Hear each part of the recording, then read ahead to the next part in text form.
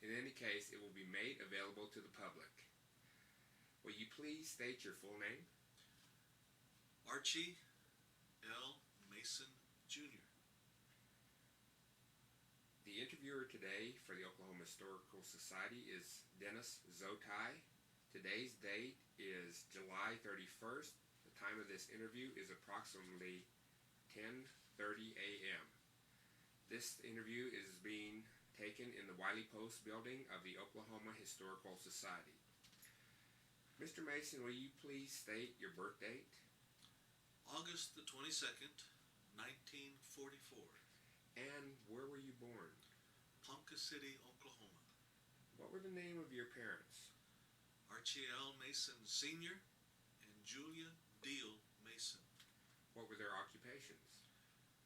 Father was BIA employee, Osage agency. Mother was homemaker. And what schools did you attend? Began kindergarten at Pawhuska in the public school system. Grade school, I went to the Immaculate Conception Catholic School. Junior high and senior high attended Pawhuska High School, with the exception of my junior year when I attended St. Gregory's School in Shawnee, Oklahoma.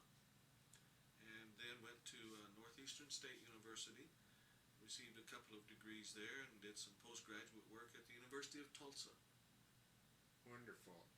Were there, what work experience did you have following your postgraduate school at? I am retired from Tulsa Public Schools, beginning there in 1965 through 1995. So my complete educational career was in public school education. However, I had secondary jobs in department stores and with Bell Helicopters, aircraft construction. All that was second jobs. But at those times and in those days, we had to get supplementary employment and income. What were your grandparents' names, starting with your father's side and then your grandparents' names on your mother's side? My father's side, grandfather was Joseph C. Mason. Mother was Rose Mason. My mother's side, Sherman Deal, and grandmother was Rosa. And what were they like, starting with your father's grandparents? My father's grandparents both were full-blood Osages. Very traditional. Have excellent, fond memories of grandparents, as many of us do. On my mother's side, I remember only and vaguely my grandmother, who on my mother's side died of cancer when I was just a youngster, and my grandfather I never knew because he died before I was born. Did they speak their language as far as you knew? On my father's side, it was fluent. I heard it all the time. Growing up with Grandma and Grandpa, they spoke Osage, and so did my father. On my mother's side, it was English that I heard. How many were in your household while you were growing up? Mother, father, and myself. Where did your tribe originally come from? That's a fun question. We, in a contemporary sense, we came out of Missouri. I appreciate doing a little bit of research on my own and exploring that one time our people, or some of them, were in the Minnesota area, the Great Lakes area. Some were in the Ohio Valley area at different times of history. Some as far as the Piedmont area in Pennsylvania, around Pittsburgh, at times, and also in the other direction, up the Missouri River, north of the Poncas and the Pawnees, in that area.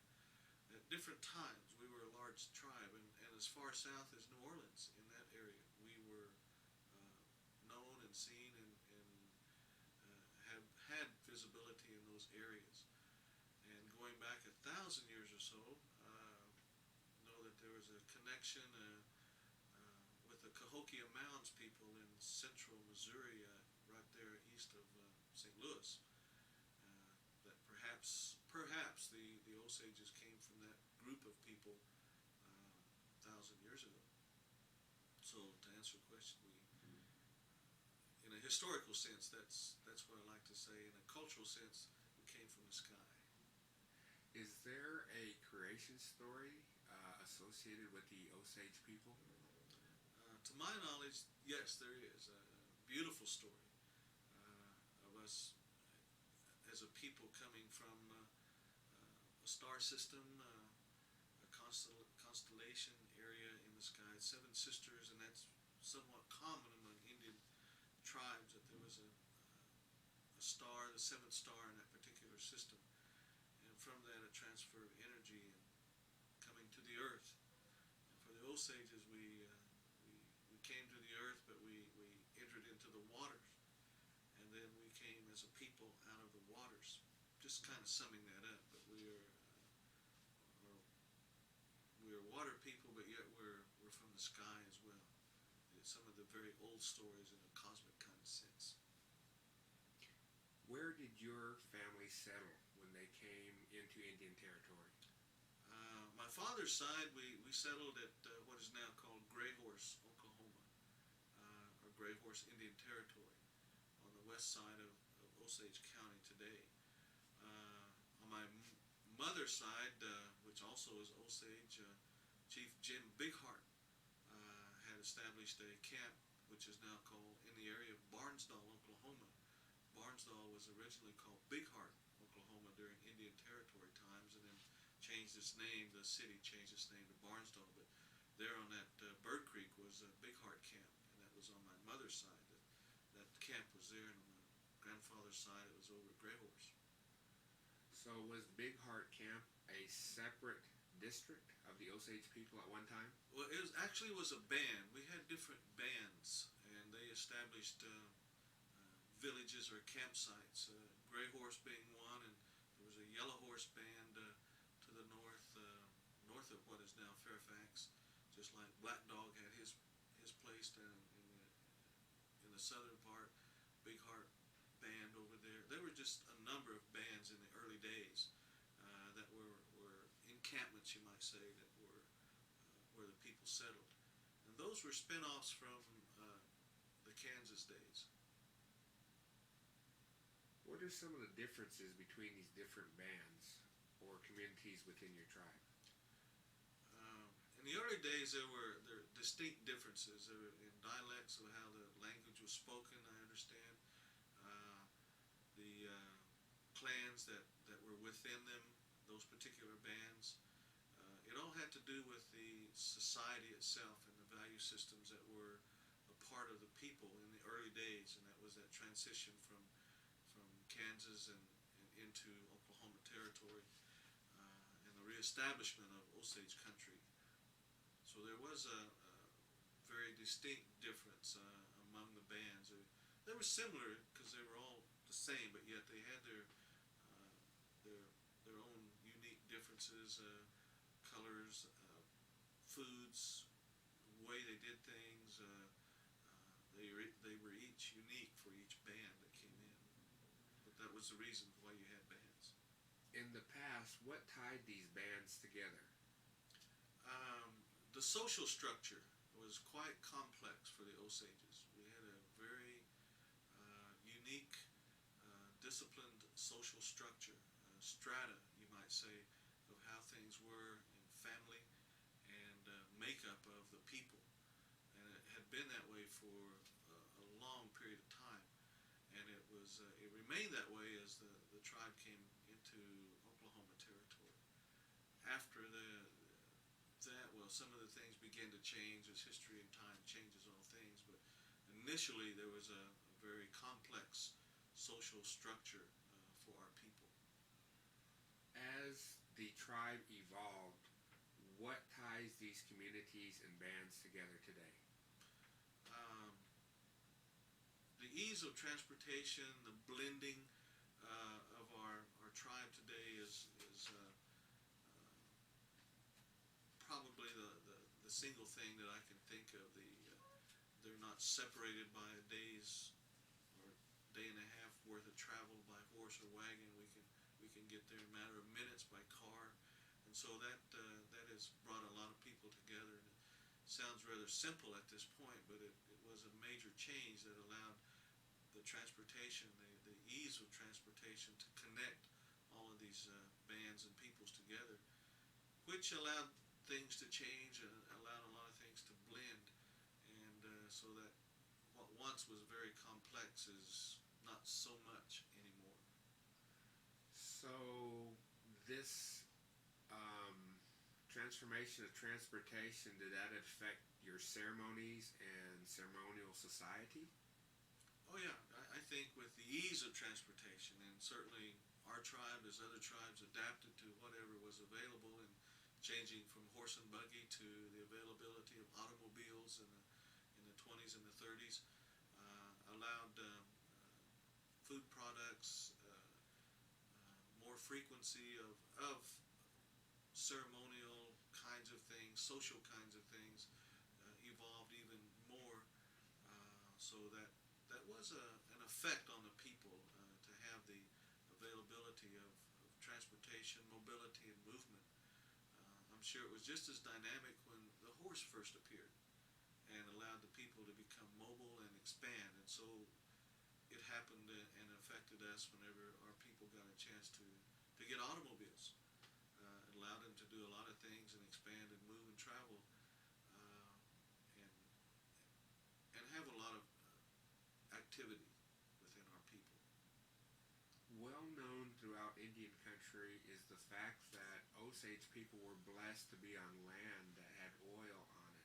How did that change the Osage culture?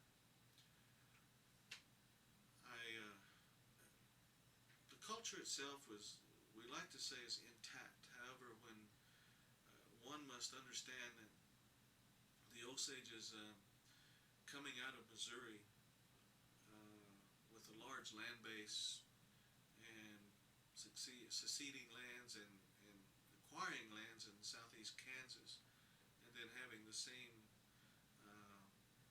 story appear. When the Osages left Kansas, it was after a smallpox epidemic, and over 10,000 of the people died. And so, in essence, 2,200 plus was all that was left of the tribe, from what one time was incredible size tribe. But that had dwindled to a very small amount of people that were that moved out of Kansas into Oklahoma territory. One must understand that the Osages came and returned to a piece of land base that originally was part of their claim in the 1700s. The Osages were already there, then moved out and seceded that, or by treaty in 1822, that was given up to place the 5 tribes in there. But anyways, when the Osages came in, and at that time there was they were poverty. They were poverty level people. They had not a whole lot of money or product or things to bring with them from Kansas. They had a very they were alike and similar to many tribes who left their homelands and came into a new place. They had little, not knowing at the time that there was a valuable mineral underneath the surface of this land base. Take pride in a man named Jim Bighart, great-grandfather of mine, who was instrumental in securing a simple statement, you might say, which means mineral rights, subsurface rights to all of the elements within the earth that remains Osage forever. And today I think we have 29 petroleum products that are being used by those kinds of things in our land, or under our land. Even though the surface area is mostly owned by non-Osages today, as is most of Oklahoma, but the subsurface is still the tribe. And that was the wisdom, I think, and the knowledge of an educated people. There were some that were educated enough to petition Congress of the United States of America and establish some rules at that time, or get approvals from Congress for those things. I think there were other tribes that had the same opportunities but didn't exercise those in the beginnings, and but the Osages did, and that makes a difference.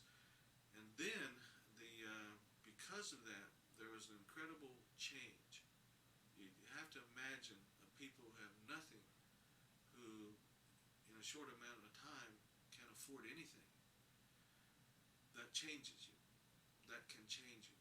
And of course, there was resistance to change, but there was also an abundance of things. And I've been told that attitudinal-wise, that the people well remembered what they had in Kansas and Missouri and what we're told. When they came here, they had nothing. But now they had money.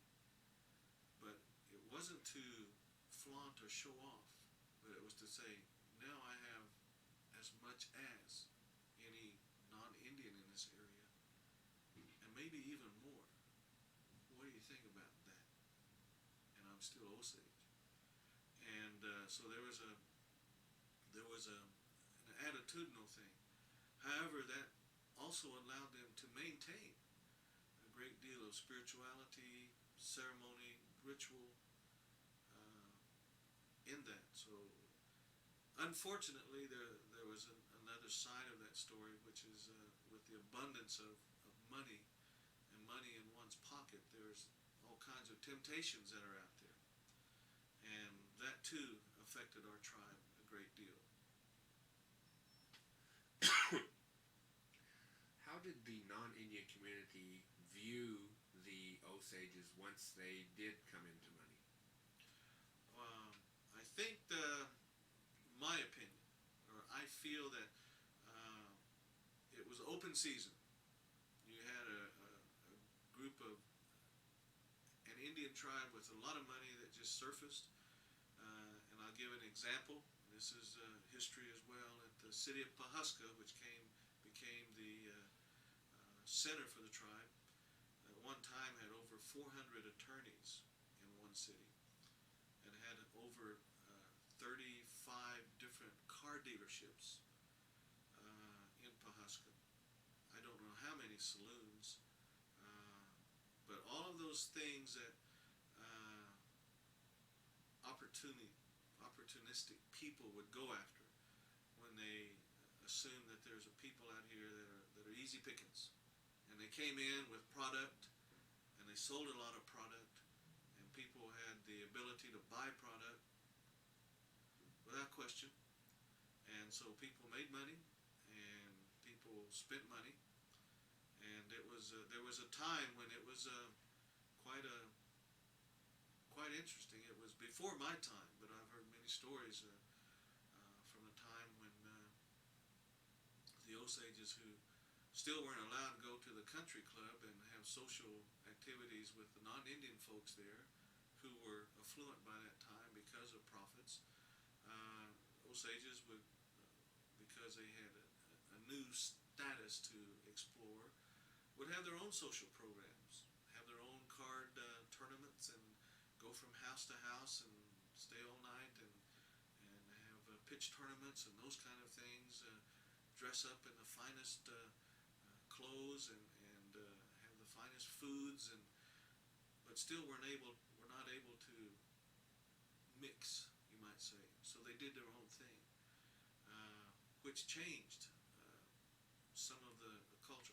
Obviously it did, by choice. They wanted to explore and experience some things that were in another world, and that allowed them to do that being the money.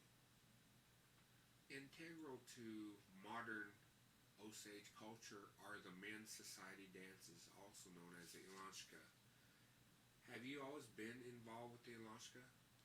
Yes, all my life. I grew up with it. The Ilonshka being our the few ceremonial expressions that we have today, but is one of those expressions that came from the Ponca. But to answer your question, yeah, I have been involved all of my life with it. I grew up with it. My grandfather singing songs to me and drumming, and as an infant, I was told I was dancing before I could walk. But that wasn't just me. There was a lot of that. I had a proud grandparent, and I remember those times. And so, yes, I've been in the Ilonshka all my life. Now, you're speaking from a Gray Horse district standpoint. What is the committee, and what is the positions of the committee according to the Gray Horse district? This organizational structure came with our drums, and at Gray Horse, and that's the only one I want to speak about, is because that's what I am. Came from the Poncas, who brought that drum over. Along with that came the flag and the sticks and the pipe. Supposedly, we never got the pipe. It never made it with that as a gift. But the structure of that it's organized, and the purpose of committee is to keep organization and order to this ceremony, which is a ceremony that came with the drum. It all was together. So, the purpose of committee is to maintain that. With that committee, there are some principal people. One being the head committee man, the man who's the boss man, and that changes with every drum keeper, or the keeper of the drum. The keeper of the drum selects prominent people within a particular district, prominent families to be involved to keep this particular ceremony going. But it's the head committee man has a number of committee people with him. We have advisors to the committee. We have people that are the singers. It's a closed drum, but they are appointed. We have tail dancers. We have cooks. We have town crier, one man who's the crier of things, drum warmers. So there's an organizational structure, and everyone has a responsibility. The head committee man's job is to make sure that everyone exercises those responsibilities so that this can remain, we hope, intact as much as it can with the elements of change that always happen. What are some of the different positions that you've held, and in those positions, what are their responsibilities? I held, proudly to say, the position of tail dancer for 34 years under different drum keepers. My great-grandfather was the first tail dancer for our district. I was a fifth generation tail dancer. Every one of my grandfathers was tail dancer, my dad. And so I held that position too, as a tail dancer. I've held the position of head committee man. I have my own encampment there today.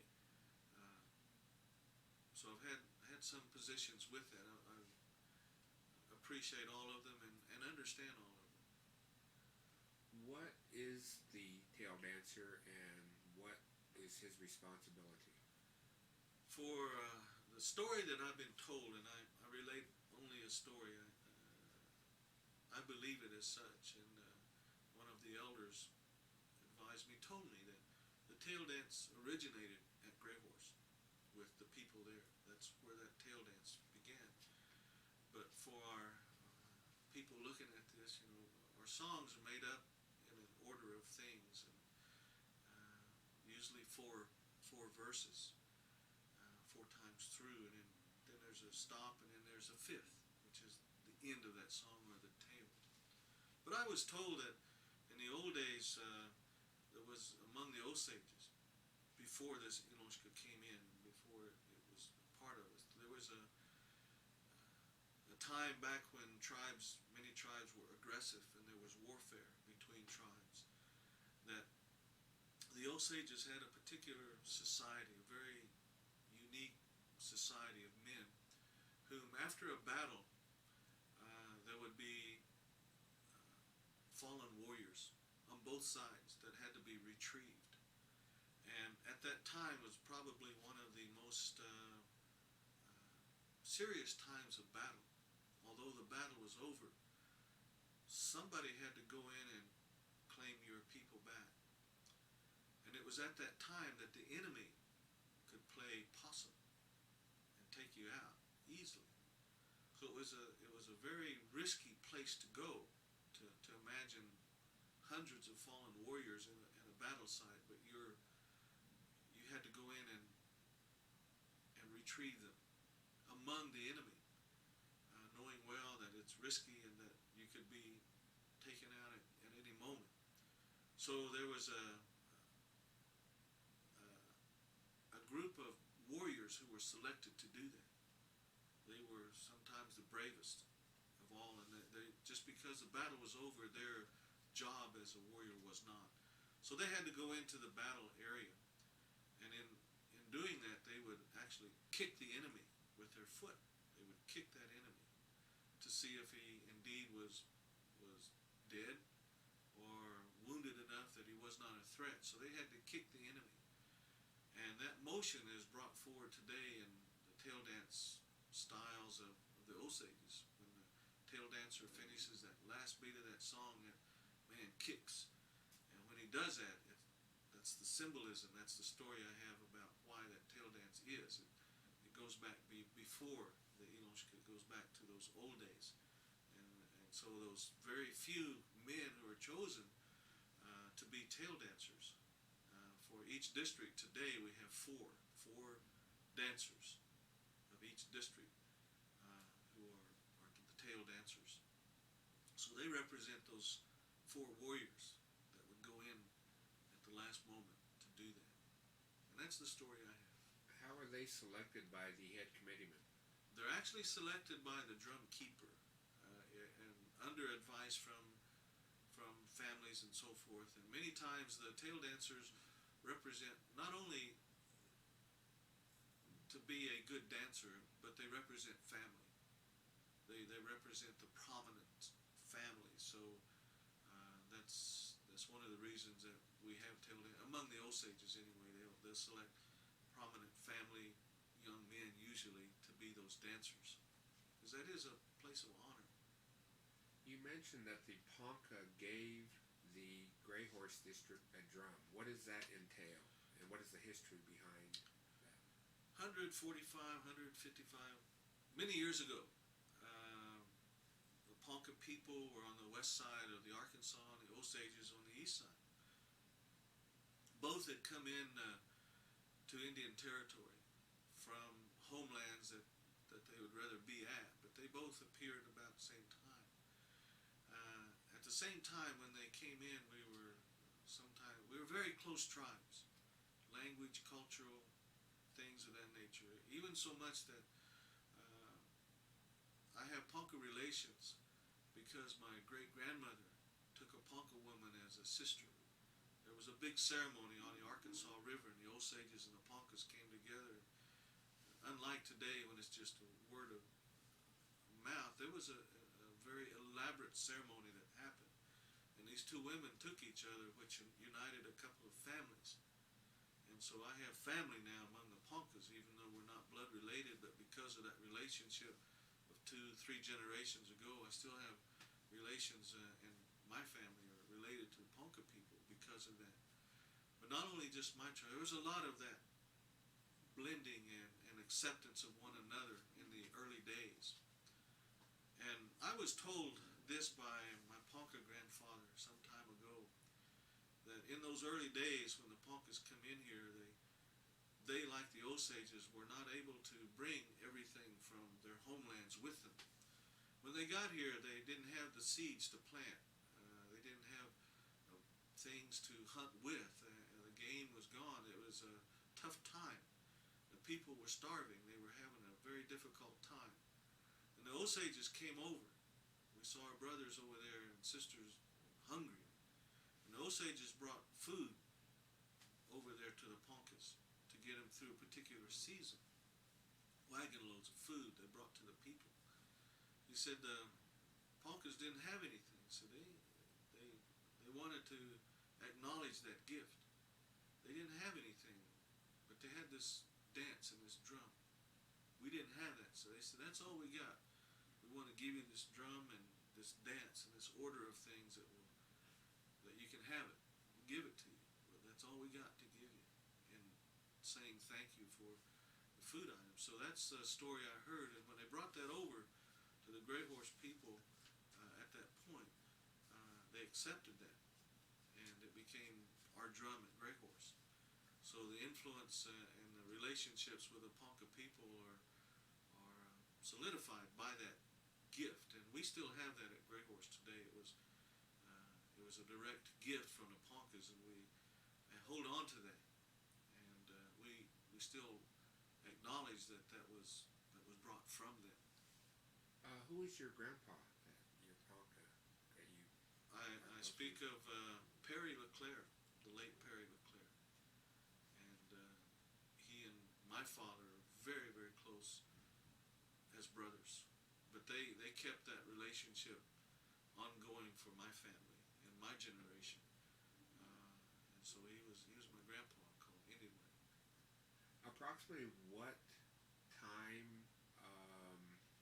timeline was the drum given to the Pawhuska? To the Grey Horse District? Approximately 18. It would be after the Civil War. I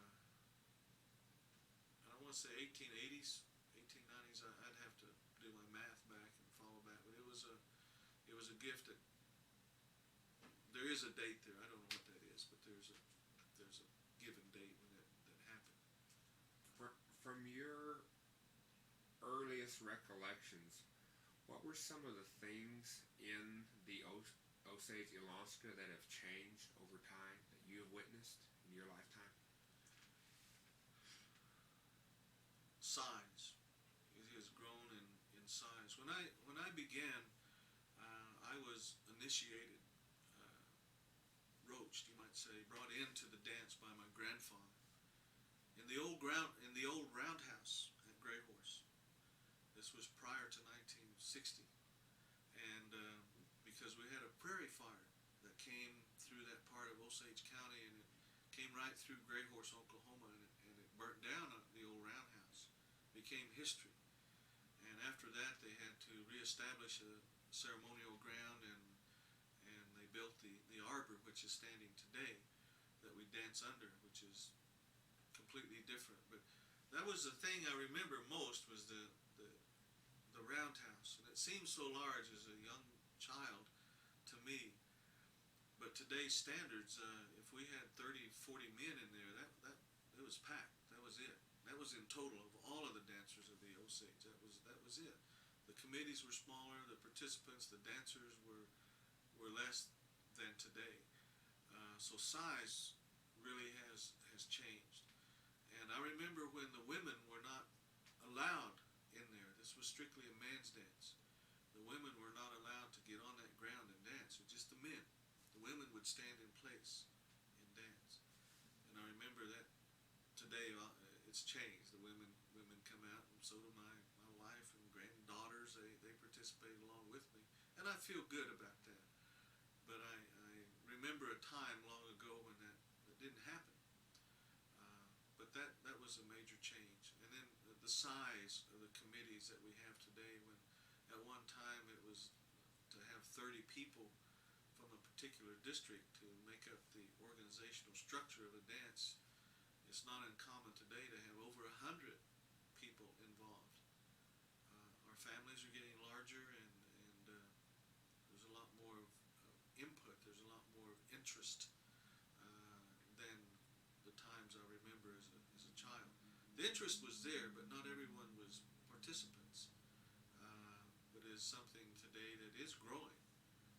Can be looked at just the size of the dance areas at our various drums. They're expanding, getting larger, need more room. Even they build such large dance arbors, and we still have to bring extra benches. They're just not big enough even after they're built. So it's size, numbers of people participating. How about the regalia? Has it changed over generations? Yeah, one of the things my grandfather did beadwork and yarn work, and in the early days, in his time, and I have photographs of him as a dancer, 1911, some of the old stuff. But in the early days, the Osages themselves made these items. The families made the ribbon work. The grandmothers, mothers, they did the sewing, made the ribbon work patterns that were acquired by the Osages, using nice fine material because this was part of it. Regalia has changed.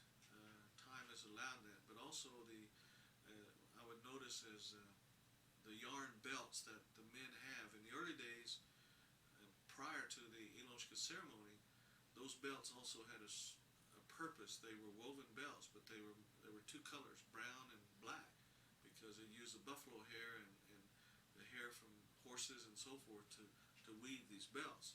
So there wasn't any color in that. There was just those natural, organic kind of colors. And until we started trade items. And of course, we did quill work in the early days, and we started trading for beads. And I remember my grandfather at the bead loom making belts and things for dancers, and he would sing and sew and come up with his own ideas of design, very geometric designs. However, at that time, I remember, and I have some of his early beadwork. They're very simple. I mean, in color, they're limited, maybe 6-7 colors of beads. That's all you could get.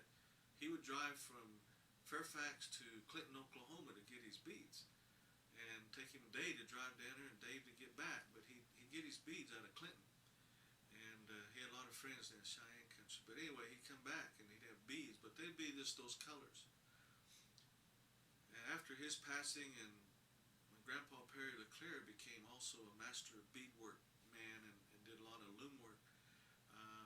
I noticed that the number of colors of beads he had was probably 20 different colors of hues and things that created a new, vibrant color in the beadwork. So that was the main thing I've noticed as an artist, someone who pays attention, that the colors have changed, the patterns of beadwork has changed. The vibrant colors available from the clothing stores today allow our shirt makers and ribbon works to expand, and I want to say be even more colorful, beautiful as it may. That those allowances and availability of colors and material have allowed our outfits, our dance outfits, to change. Generosity and hospitality are well-known traits of the Osage people. What does the giveaway mean to you?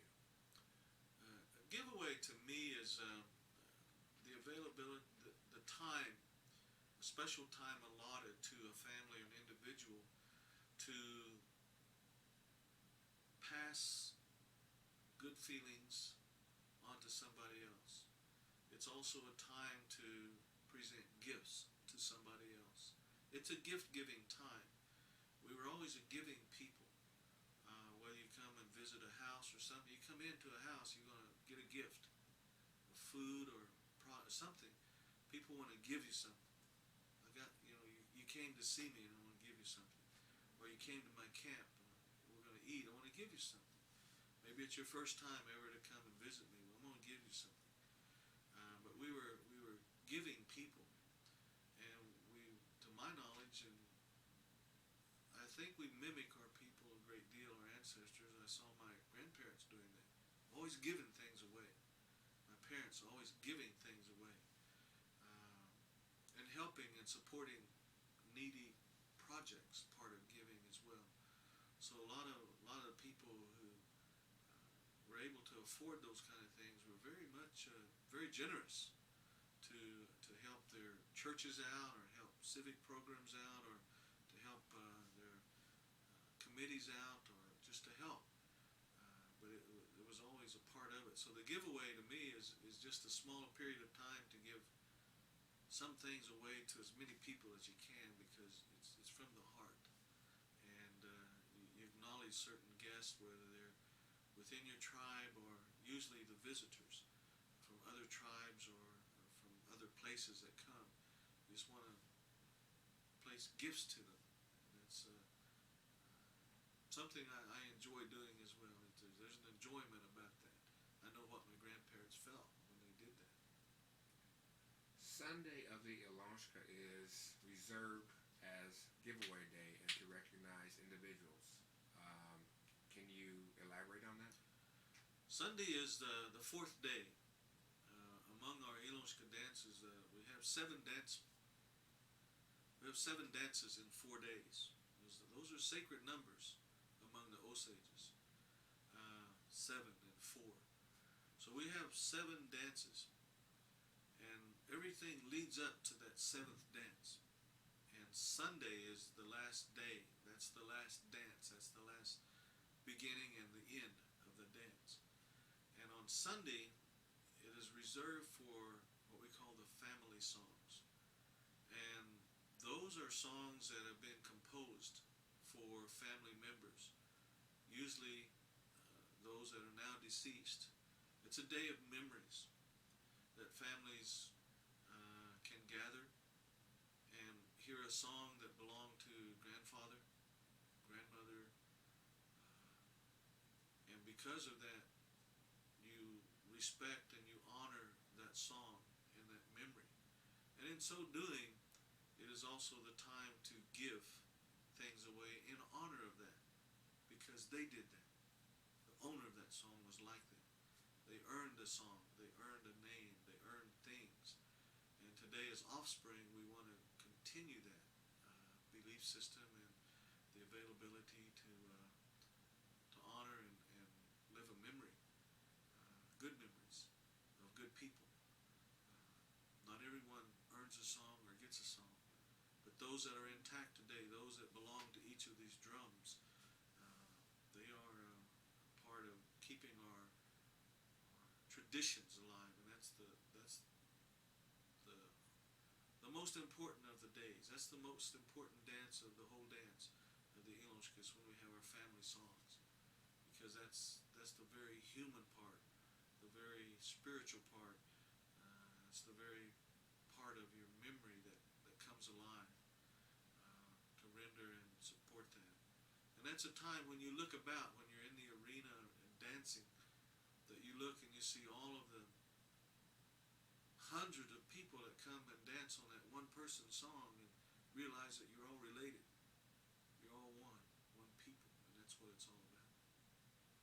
In your lifetime, what memorable gifts have you seen being given, and today, what would be an honorable gift to give during the giveaway? Today, I have seen just numbers and numbers of Pendleton blankets. And they're beautiful blankets today. Some are collector's edition blankets. Some of the other things that are given away at special times are complete dance ensembles, complete wedding coat ensembles, horses. In the old days, before my time, I remember they would give cars away, new cars, along with horses. Just gifts, incredible kinds of gifts. But it's not that necessarily. It's the gift itself, whether it's a basket of groceries, a bowl of fruit for the children, play toys and things. They're things that get you in the mode of giving and receiving. And the part of the elaborate part of gift giving is certainly you want to give your best. They say they give you best. When you give something away, you give your best away. Even if it's your own personal item that you consider it the most valuable thing you have, if you give that thing, that item to somebody, receiver of that knows that what they're receiving is a piece of it, and it belonged to somebody. It might have been your grandfather or great-grandfather, and all of a sudden you give it to them, and they have it. Then that's a very special gift. Today you can use your credit cards and get a new Pendleton and give it away, and that's nice too. But in my tribe, among the Osages, I know with a lot of our tribes in the old days, even today in our language, we don't have a word for blanket. We still call it a robe, because in the early days it was a buffalo skin, it was buffalo hide, it was a robe, buffalo robe. And to receive that as a gift was an honor. Not everyone had those, and they were decorated and they were beautiful. But the buffalo are gone, so they had to replace that with something. And they had access to the woolen blankets. I think also besides the Pendleton blankets is bolts and pieces and parts of broadcloth, which was a valuable trade item, the German broadcloth. Yard and a half, 2 yard, 3 yards of red or blue, or the broadcloth colors today, that's a material, bolts of material that you can make things with. Those are valuable. So all of those things are gifts that are important, not only for the giver, but for those that receive them. Throughout the year, how does the committee prepare for the Alashka? There are times unwritten on a calendar, but there are times when we exercise Indian time, and I think Indian time really means when it is in order and proper to do something, then we'll gather. If there are deaths that occur within our particular district, we have certain procedures that we have to do to take care of it. We say our drum is in mourning. When something like the one of us dies, we have to take care of that. There are procedures that are established. We have to go through that before our drum is released to proceed on. And it goes without saying that we usually have to do that every year. We have somebody within our groups or elders that pass away, and when it happens, well, usually some of that family member are part of that committee, and we have to take care of that. We have to say we're released. They have to release us. And when that happens, there are things that we have to do. So in the off season for that drum keeper, it is also an incredible expense dollar-wise to continue working. And I've been told it's about $32,000 what it cost. And a friend of mine who's now passed away figured that up once.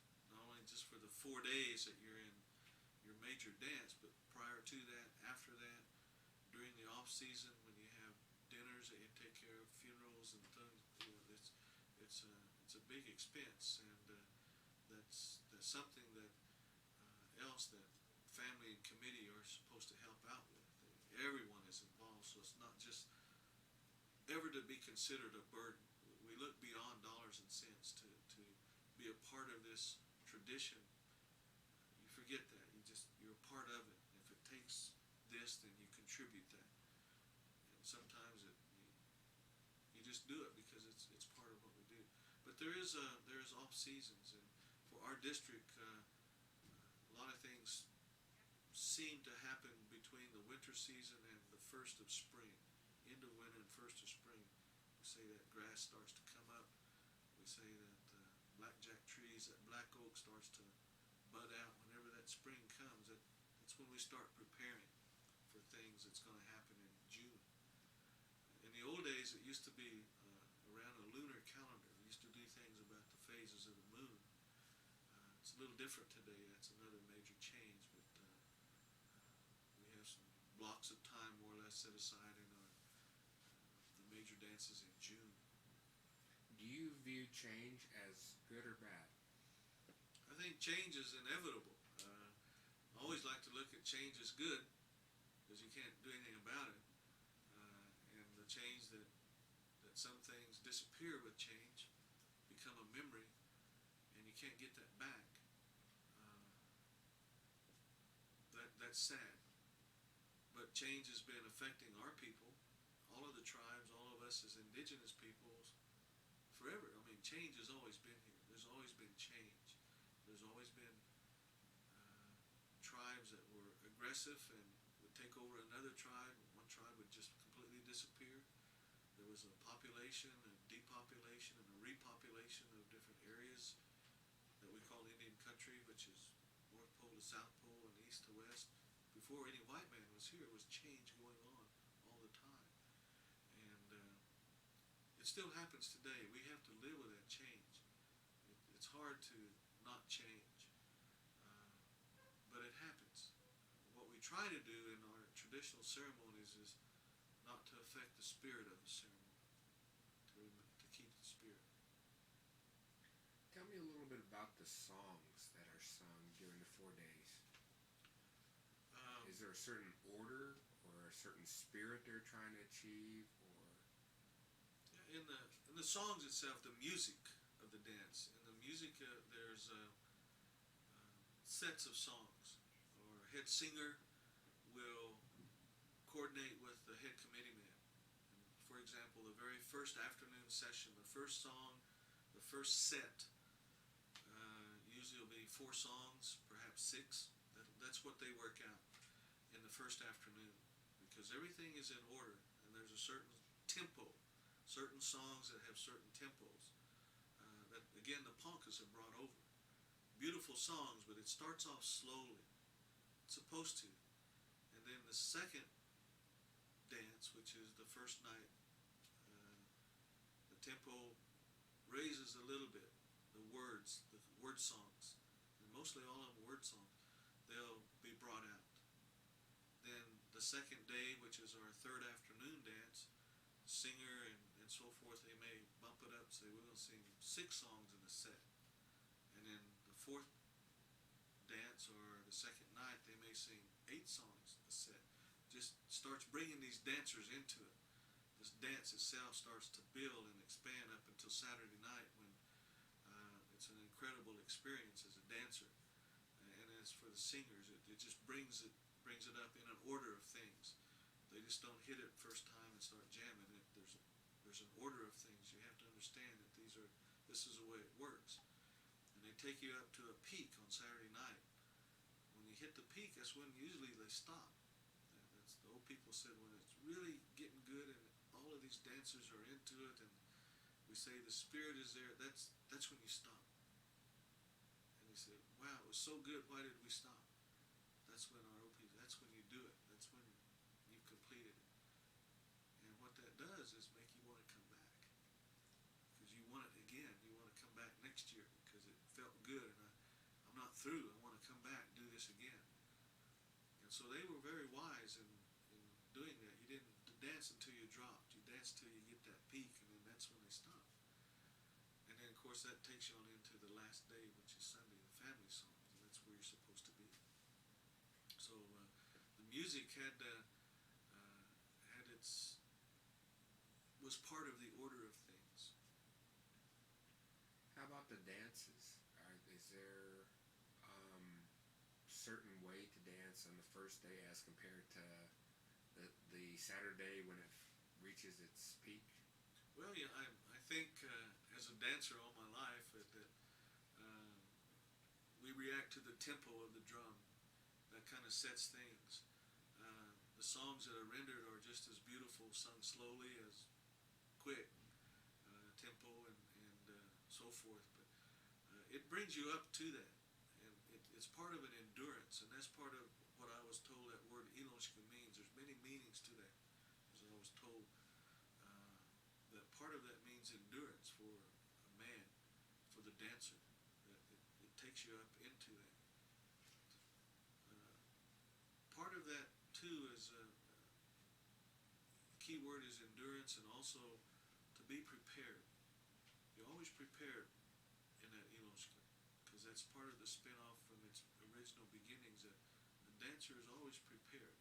He's prepared for anything, as the old warriors were. They were always prepared. When the sun come up, you're prepared for that day. Whatever comes your way, then you're prepared for. So it's part of living that preparation and the endurance that a warrior, a man would go through. So that's another part of it. One to the Alonshka is achieving a certain feeling or spirit within the actual dance arena. Could the Alonshka be considered kind of a religious experience in some way? For me, and I speak as an individual, it is definitely my one fulfilling religious experience of the whole year. The 4 days that I spend at the Alonshka at Grey Horse is my spiritual, I guess we want to use terms, revival, pilgrimage, Mecca, whatever. That's my center of my universe is there. And that's the center of my being. That's the center of what I do. And I've told my children this is the most important thing in my life. It's more important than you are. And that's hard to say, but they understand that. And now they understand because they come and they bring their children. And they tell their children, this is so important that you have to be here. But not just sitting on the outside in the audience.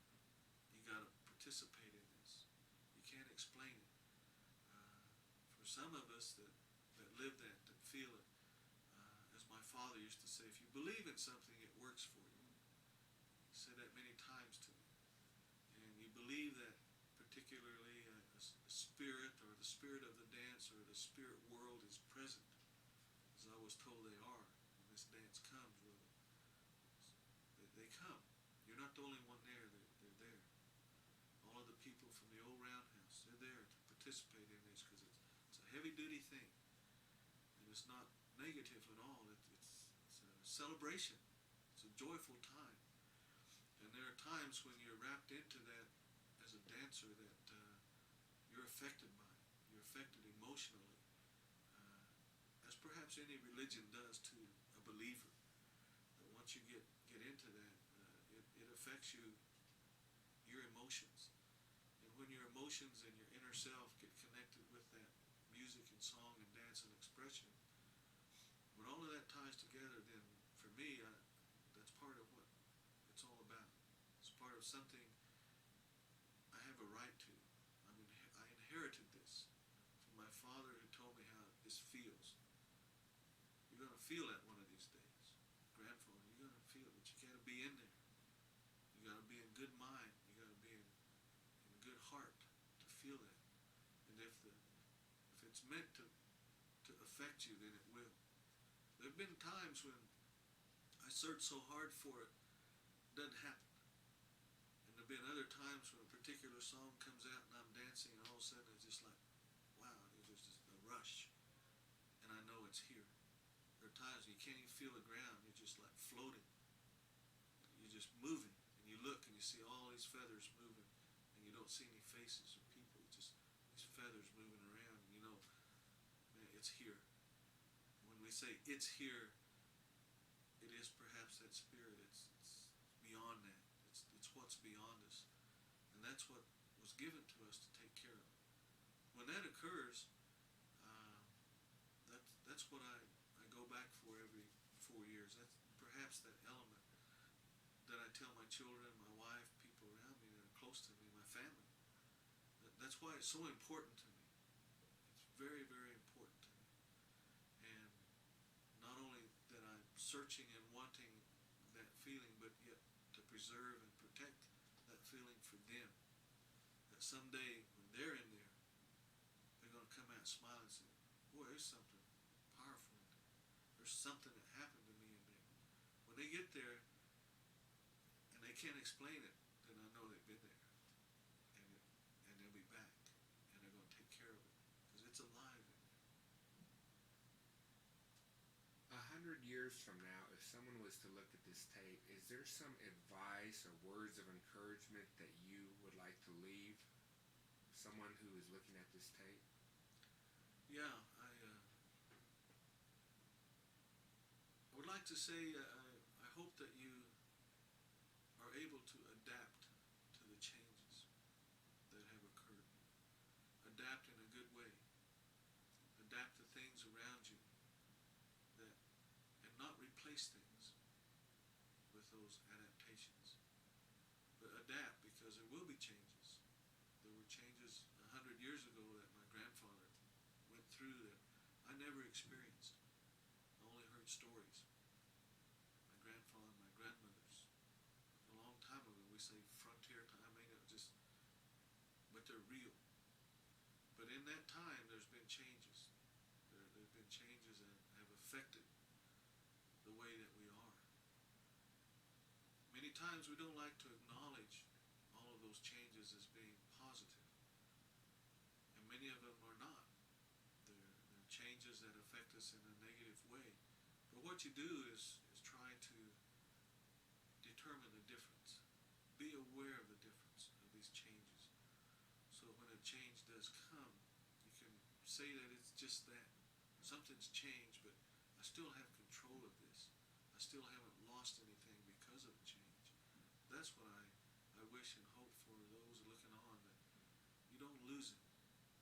You may have to change around it, but you don't lose it. It's like changing a tire on an automobile. You have a flat tire, you don't change a tire, it's still a tire. It still does what it has to do. But you might have a new tire on it. It might be a white tire, red tire, I don't know. But it's still a tire. So when you change, you can change certain elements, but you don't want to change what it is in relation to who we are.